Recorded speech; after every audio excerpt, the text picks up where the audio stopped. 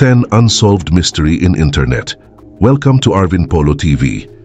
Sa panahon ng modern era, halos lahat ng impormasyon ay abot kamay na natin. Pero alam nyo ba na kahit gaano karami na ang nalalaman natin, marami pa ring misteryong hanggang ngayon ay wala pa ring kasagutan? Sa video na ito, pag-uusapan natin ang 10 pinakanakakabighaning unsolved mysteries sa internet. Mula sa mga cryptic websites hanggang sa mga nawawalang tao, siguradong mapapaisip ka at matutuwa kang alamin ang mga kwento sa likod ng bawat isa. Kaya't samahan niyo ako at tuklasin natin ang mga misteryo na hanggang ngayon ay nananatiling palaisipan. Number 1. Cicada 3301. Ang Cicada 3301 ay isang serye ng misteryosong online puzzle na unang lumitaw noong January 4, 2012 at naging isa sa mga pinakakilalang misteryo sa internet. Ang mga puzzle na ito na inilunsad ng isang hindi kilalang grupo o individual ay naglalayong mag-recruit ng mga highly intelligent individuals. Ang unang mensahe ay lumitaw sa 4chan na naglalaman ng isang imahe na may nakatagong mensahe. Mula rito, nagsimula ang isang serye ng mga puzzle na sumasaklaw sa iba't ibang disiplina tulad ng cryptography, steganography, literature, numerology, at data security. Gayunpaman, ang mga puzzle ay hindi lamang limitado sa digital na mundo dahil may mga pisikal na clue na natagpuan sa iba't ibang bahagi ng mundo mula sa United States hanggang Europe na nagdagdag sa kabuuang sakop at komplikasyon ng kampanya. Sa kabila ng hirap ng mga puzzle, may mga taong nagtagumpay na makarating sa huling bahagi nito, ngunit matapos ang kanilang tagumpay, wala nang narinig mula sa kanila, na lalo pang nagdagdag sa misteryo ng Cicada 3301, kung kaya't maraming teorya ang lumitaw tungkol sa tunay na layunin at pinagmulan ng Cicada 3301. Samantala, ang ilan ay naniniwala na ito ay isang sophisticated na programa ng recruitment para sa mga intelligence agencies tulad ng CIA o NSA na naghahanap ng mga ekspertong may kasanayan sa cryptography at cybersecurity. Ang iba naman ay naniniwala na ito ay isang secret society o isang grupo ng mga hacker na nagtatag-uyod ng privacy at kalayaan sa internet. Mayroon ding mga teorya na ito ay isang meta-puzzle o alternative reality game na may mas malalim na layunin na hindi pagganap na natutuklasan. Kung anuman ang tunay na layunin, ang Cicada 3301 ay nag-iwan ng isang hindi matatawarang epekto sa kultura ng internet. Samantala, ang misteryo sa likod nito ay patuloy na nag-uudyok ng interes at pagkamangha sa online na komunidad at ito'y naging simbolo ng mga modernong palaisipan sa digital age. Number 2. John Titor, the Time Traveler. Si John Titor ay isang misteryosong internet persona na unang lumitaw noong 2000 at 2001 na nag-claim na siya ay isang time traveler mula sa taong 2036. Sa mga online forums tulad ng Art Bell's Forum at Time Travel Institute, nagpost siya ng mga mensahe na nagsasabing siya ay isang sundalo ng US Army na bumalik sa 1975 upang kunin ang isang IBM 5100, isang portable computer na may kakayahang ayusin ang mga bug sa mga computer system ng hinaharap. Ayon kay Titor, ang IBM 5100 ay may special na feature na hindi alam ng karamihan at mahalaga ito upang maiwasan ang isang malaking sakuna sa kanyang panahon. Habang nasa taong 2000, nagbigay siya ng mga babala tungkol sa mga darating na sakuna. Kabilang ang isang matinding civil war sa United States na magsisimula noong 2004 na magreresulta sa pagkakawatak-watak ng bansa at isang global nuclear war noong 2015 na magdudulot ng pagkasawi ng milyon-milyong tao. Ayon sa kanya, ang mundo sa kanyang panahon ay isang dystopian na lugar na dulot ng mga pagbabago sa lipunan. Bagaman maraming tao ang naintriga sa kanyang mga pahayag, marami rin ang nagsabing hindi nagkatotoo ang kanyang mga hula dahil walang naganap na civil war noong 2004 at walang nuclear war noong 2015. Samantala, ipinaliwanag ni Titor na ang kanyang presensya sa nakaraan ay maaring nagdulot ng mga pagbabago sa timeline kaya't ang mga pangyayari ay nagbago. Matapos ang kanyang mga post noong 2000 hanggang 2001, bigla siyang nawala sa internet at hindi na muling nagpakita na nagdagdag pa sa kanyang misteryo. Kung kaya't maraming teorya ang lumitaw tungkol sa kanyang tunay na pagkakakilanlan at ang ilan ay naniniwala na siya ay bahagi ng isang komplikadong prank o social experiment, habang ang iba naman ay naniniwalang si John Titor ay tunay na time traveler na ang mga babala ay hindi natupad dahil sa mga pagbabago sa kasaysayan. Sa kabila ng kawalan ng ebidensya, si John Titor ay naging bahagi ng internet folklore at patuloy na nag-uudyok ng mga katanungan tungkol sa posibilidad ng time travel. Number 3. The Lake City Quiet Pills. Ang Lake City Quiet Pills ay isang misteryosong kwento sa internet na nagsimula noong 2009 at patuloy na bumabahala sa isipan ng marami. Nagsimula ito sa Reddit nang ang isang gumagamit na kilala bilang Religion of Peace o MIL na nagpakilalang isang matandang veterano ng militar ay biglang nawala. Noong July 17, 2009, isang gumagamit na nagngangalang 26 ang nagpost na si Mil ay pumanaw at inilibing ayon sa kanyang mga kagustuhan. Ibinunyag din ni 26 na si Mil Zero ay nagmamay-ari ng isang website na tinatawag na Lake City Quiet Pills na di umano'y nagho-host ng mga quiet pills na nagbibigay ng tahimik na tulog sa mga bastos na tao, isang malabo at nakapangingilabot na pahayag na nagdulot ng interes at pangamba sa mga netizen. Sa patuloy na pagsasaliksik, natuklasan ng mga curious na netizens na ang website na lakecityquietpills.com na tila isang simpleng image hosting site ay may mga nakatagong mensahe sa source code nito. Gayunpaman, ang mga mensaheng ito ay tila mga anunsyo ng trabaho para sa mga kandidata na may mga kodigong maaaring tumutukoy sa mga military operation at pag-alis ng mga target na nagbigay ng impresyon na ang site ay ginagamit bilang isang front para sa isang grupo ng mga mercenary o hitmen. Subalit ang misteryo ay lumalim nang ang mga mensahe ay tila tumutukoy sa isang malaking operasyon noong July 2009 kasabay ng assassination ng kilalang Hamas commander na si Mahmoud al-Mabhouh sa Dubai. Ang pagkakatugma ng mga pangyayari ay nagdulot ng spekulasyon na ang assassination na ito ay maaaring konektado sa mga cryptic messages sa Lake City Quiet Pills site, bagaman walang konkretong ebidensya. Sa kalaunan, ang website ng Lake City Quiet Pills ay bigla na lang nawala at ang mga tauhan na may kaugnayan dito, kabilang si Du6, ay hindi na muling narinig. Ang kwento ng Lake City Quiet Pills ay nag-iwan ng maraming tanong na wala pa ring kasagutan, patuloy na nagbibigay ng intriga at pagkamangha sa mga netizen. Sa kabila ng maraming teorya, nananatiling isa ito sa mga hindi nalulutas na misteryo sa digital age. Number 4. A858, The Enigma.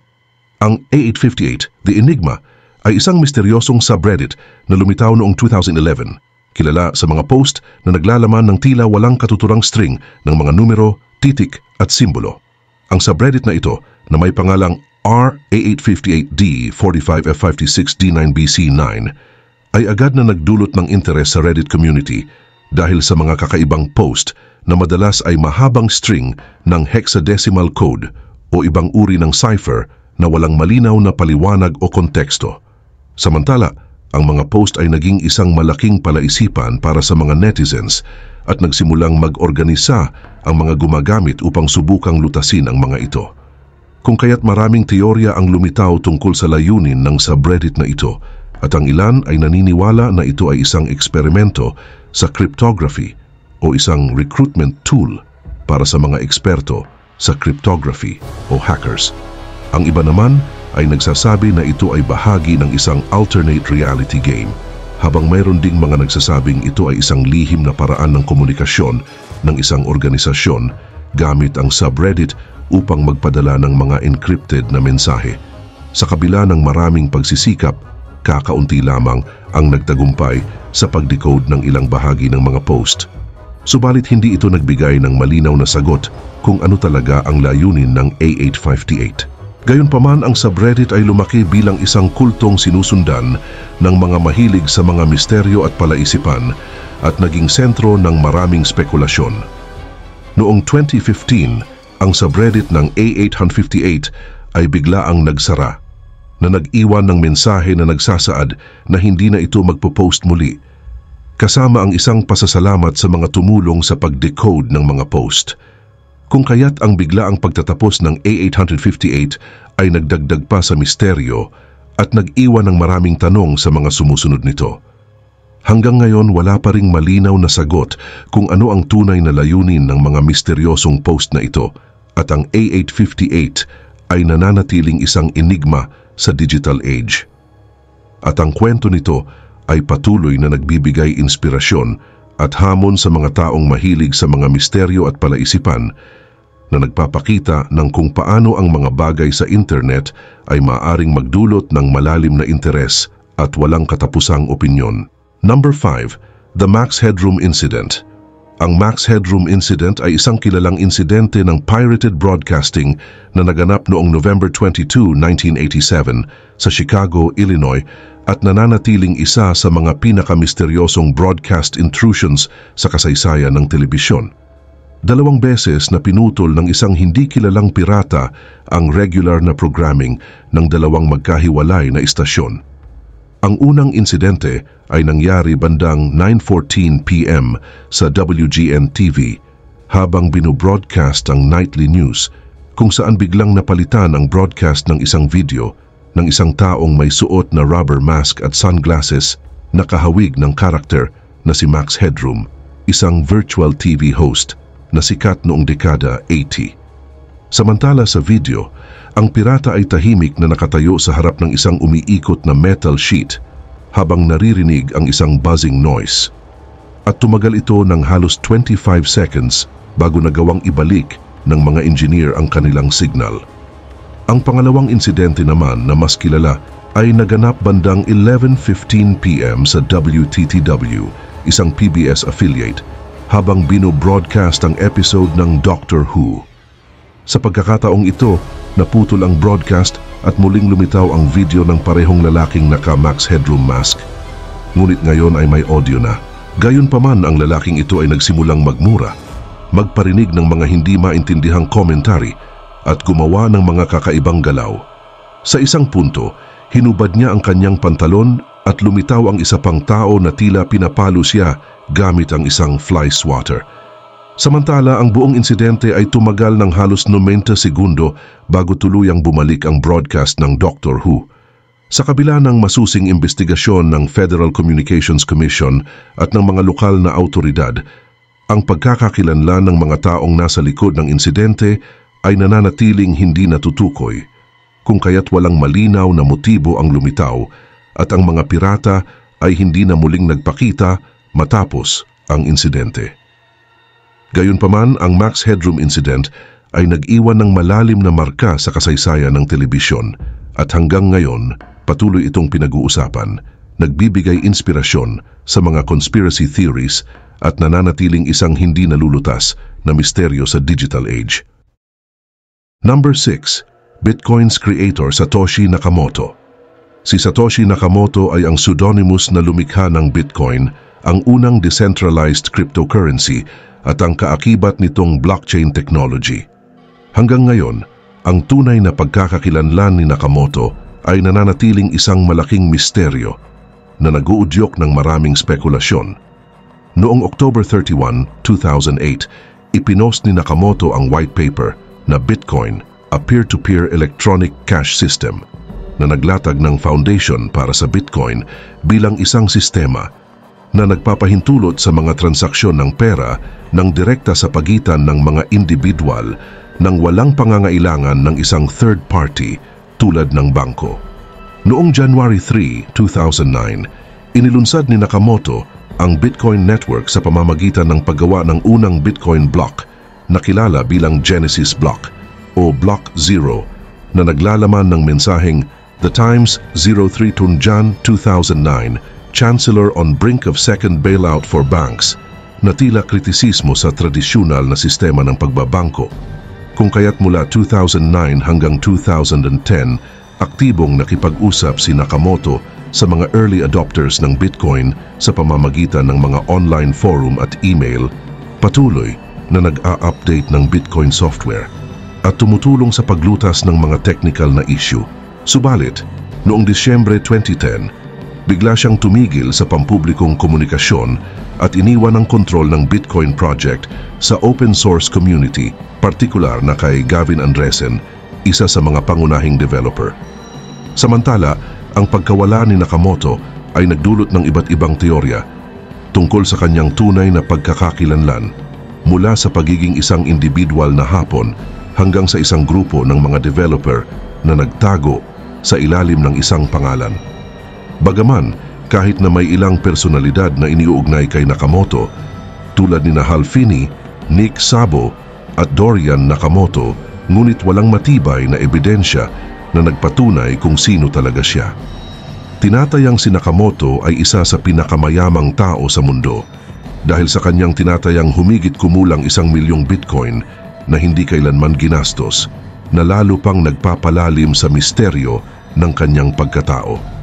Sa kabila ng kanyang pagkawala, ang legacy ni Satoshi Nakamoto ay patuloy na humuhubog sa digital finance at blockchain technology na nagdudulot ng malaking epekto sa global financial system at teknolohiya. Number 7. Marianas Web. Ang Marianas Web ay isang kilalang urban legend sa internet na sinasabing mas malalim at mas discreet kaysa sa deep web at dark web. Galing ang pangalan nito sa Mariana Trench, ang pinakamalalim na bahagi ng karagatan na nagpapahiwatig ng isang bahagi ng internet na nagtatago ng mga pinakamadilim at pinakasikretong impormasyon ng sangkatauhan. At ayon sa mga kwento, ang Marianas Web ay naglalaman ng mga classified na impormasyon ng mga gobyerno, mga esoteric knowledge, at iba pang lihim na labis na mapanganib na ipagbigay alam sa publiko. Samantalang sinasabi na ang pag-access dito ay hindi basta-basta dahil kinakailangan ang paggamit ng quantum computer na isang teknolohiyang kayang magproseso ng napakaraming impormasyon ng sabay-sabay, na sa kasalukuyan ay hindi pa praktikal o abot kamay. Kung kaya't may mga teorya rin na nagsasabing ang Marianas Web ay pinapatakbo ng isang napakatalinong artificial intelligence o AI na may kakayahang manipulahin ang impormasyon sa pinakamalalim na bahagi ng internet. Dito umano matatagpuan ang Primark System, isang centralized system na may kapangyarihang kontrolin ang lahat ng impormasyon sa internet, at ang Vatican Secret Archives na naglalaman ng mga lihim na dokumento at kaalaman na hindi isinasa publiko. Gayunpaman, walang konkretong ebidensya ang nagpapatunay sa pag-iral ng Marianas Web. Maraming eksperto sa cybersecurity at internet technology ang nagsasabing ito ay isang katang-isip lamang, isang modern myth na lumago mula sa takot at kamangmangan sa mga bagay na hindi lubos na nauunawaan. Kung kaya't ang ideya ng isang mas malalim na web na nangangailangan ng quantum computing ay malayo sa katotohanan, lalo na't ang quantum computing mismo ay nasa first stage pa lamang ng pag-unlad. Gayunpaman, ang misteryo ng Marianas Web ay nagpapatuloy na naging bahagi ng internet folklore at isang simbolo ng takot at intriga sa mga hindi nakikitang bahagi ng digital na mundo, na hanggang ngayon ay nananatiling isang misteryo. Number 8. The GhostNet. Ang GhostNet ay isang malawakang cyber espionage operation na natuklasan noong 2009 na naglalayong mag-spy at mangolekta ng sensitibong impormasyon mula sa mga computer networks sa buong mundo, at pinaniniwalaang nagsimula noong 2007. Samantala, ang operasyon ay unang nadiskubre ng mga mananaliksik mula sa Information Warfare Monitor at Munk School of Global Affairs sa University of Toronto, habang iniimbestigahan nila ang kahina-hinalang aktibidad sa mga computer system ng Tibetan Exile Community. Gayunpaman, ang GhostNet ay may kakayahang mag-install ng malwares, kilala bilang remote access trojans, sa mga apektadong computer. Kapag na-infect na ang isang computer, maaring kontrolin ito ng mga umaatake mula sa malayong lokasyon na nagbibigay sa kanila ng kapangyarihang magnakaw ng sensitibong impormasyon, mag-record ng mga aktibidad sa keyboard, kumuha ng mga screenshot, at kahit na i-activate ang camera at mikropono ng mga biktima upang magmanman. Samantala, ang operasyon ng GhostNet ay natukoy na nakaapekto sa mahigit 1,195 computer sa 103 na bansa na karamihan ay matatagpuan sa mga embassy, dayuhang ministries at iba pang diplomatic facilities kasama ang mga organisasyong may kaugnayan sa Tibetan Independence Movement at tanggapan ng Dalai Lama. Gayunpaman, ang GhostNet ay nagbunga ng malaking alarma sa buong mundo. Ipinapakita kung gaano kadali makompromise ang mga sensitibong impormasyon at kung gaano kahirap matukoy ang mga umaatake sa cyberspace. Bagaman maraming mga eksperto ang naniniwalang ang GhostNet ay may kaugnayan sa gobyerno ng China, mariing itinanggi ng mga opisyal ng China ang anumang pagkakasangkot nila rito. Kung kaya't ang insidente ay nagbukas ng mga mata ng maraming bansa sa kahalagahan ng cybersecurity at sa potensyal na banta ng cyber espionage sa pambansang seguridad. Samantala, ang GhostNet ay isa sa mga unang malakihang operasyon ng cyber espionage na nakadokumentado at nagbigay ito ng mahalagang aral sa mga pamahalaan, korporasyon at mga cybersecurity professionals tungkol sa mga panganib ng modernong cyber warfare. Ang pagkakatuklas ng GhostNet ay nagpasimula ng mas malalim na pagsasaliksik at pagpapabuti sa larangan ng cybersecurity, at ito rin ay nagsilbing babala tungkol sa patuloy na paglago ng mga banta sa cyberspace na patuloy na naghuhubog sa mga strategies ng mga bansa upang maprotektahan ang kanilang mga digital na infrastructure. Number 9. The most mysterious song on the internet. Ang The Most Mysterious Song on the Internet ay isang kanta na lumitaw sa online forums noong 2007 at naging isa sa pinakamalalaking musikang palaisipan ng internet matapos itong unang ma-upload ng isang gumagamit na nagngangalang Anton Riedel, na nagtatanong kung may sino man ang nakakaalam ng pamagat o artista ng kanta. Ang kanta ay isang post-punk o new wave na track na may mga elemento ng synth pop, na nagpapahiwatig na ito ay posibleng nagmula noong late 1970s o early 1980s. Samantala, ang kanta ay naitala mula sa isang FM radio broadcast na nagpapahiwatig na ito ay maaaring naipalabas lamang sa lokal na radyo at hindi kailanman nagkaroon ng komersyal na paglabas. Gayunpaman, ang kanta ay orihinal na na-record noong late 1980s ng isang taong nagngangalang Darius mula sa isang German radio station na tinatawag na Norddeutscher Rundfunk. Ang kapatid ni Darius na si Lydia ay nagsimulang maghanap ng impormasyon tungkol sa kanta noong 2007 at nag-upload ng bahagi ng recording sa internet na nagpasimula ng isang matagal na pagsisiyasat ng mga netizens sa buong mundo. Noong 2019, muling nagka-interes sa kanta nang ito ay i-upload sa YouTube ng isang gumagamit na kilala bilang user 342748 na nagtatanong kung sino ang maaring may alam tungkol sa kanta. Gayunpaman, ang video ay naging viral na nagdulot ng matinding investigasyon mula sa mga music enthusiasts, historians at maging mga profesional sa industriya ng musika. Kung kaya't maraming teorya ang lumitaw, kabilang ang posibilidad na ito ay isang kanta mula sa isang underground band na hindi kailanman nakatanggap ng malawak na pagkilala o isang proyekto mula sa mga artist na tumigil na sa paggawa ng musika bago pa man sila sumikat. Sa kabila ng mga pagsisikap, kabilang ang paggamit ng audio fingerprinting at pagsusuri ng mga naunang naitala na kanta, walang konkretong ebidensya ang nakilala na makakapagbigay linaw sa pinagmulan ng The Most Mysterious Song on the Internet. Samantala, ang kanta ay nananatiling isang musikal na enigma. Ang patuloy na misteryo sa likod ng kantang ito ay naging simbolo ng mga hindi nasasagot na tanong sa digital age, at sa kabila ng lahat ng mga teknolohiyang taglay natin ngayon, may mga bagay pa rin na nananatiling hindi nalulutas, na nag-iiwan ng isang malalim na curiosity at isang patuloy na paghahanap para sa katotohanan. Number 10. The Death of Elisa Lam. Ang pagkamatay ni Elisa Lam ay isa sa mga pinakakilalang misteryo ng modernong panahon na ganap noong February 2013 sa Los Angeles, California. Si Elisa Lam, isang 21 years old na estudyante mula sa Vancouver, Canada, ay nagbakasyon sa Los Angeles at nag-check-in sa Cecil Hotel na ngayon ay stay on main na. Noong January 31, 2013, naiulat siyang nawawala at makalipas ang halos 3 linggo, noong February 19, natagpuan ang kanyang katawan sa loob ng isang water tank sa bubong ng hotel matapos magreklamo ang mga bisita tungkol sa kakaibang lasa at kulay ng tubig mula sa kanilang mga gripo. Kung kaya't ang kaso ay naging sikat dahil sa mga kakaibang pangyayari bago ang kanyang pagkamatay, lalo na ang footage mula sa elevator ng hotel na nagpapakita kay Lam na gumagawa ng mga kakaibang kilos. Sa video, makikita si Lam na tila nagtatago mula sa isang tao o bagay, pumapasok at lumalabas sa elevator, at gumagawa ng mga galaw na parang nagmamanipulate ng isang hindi nakikitang bagay. Gayunpaman, ang mga kakaibang galaw na ito ay nagdulot ng maraming tanong at teorya, kabilang ang posibilidad ng foul play, paranormal na aspeto, o kaya'y epekto ng droga o sakit sa isip.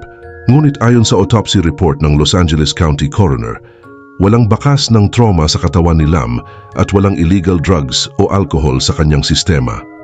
Samantala, idineklara ang kanyang pagkamatay bilang isang accidental drowning na may kaugnayan sa kanyang bipolar disorder, isang sakit na kanyang isinapubliko sa kanyang blog.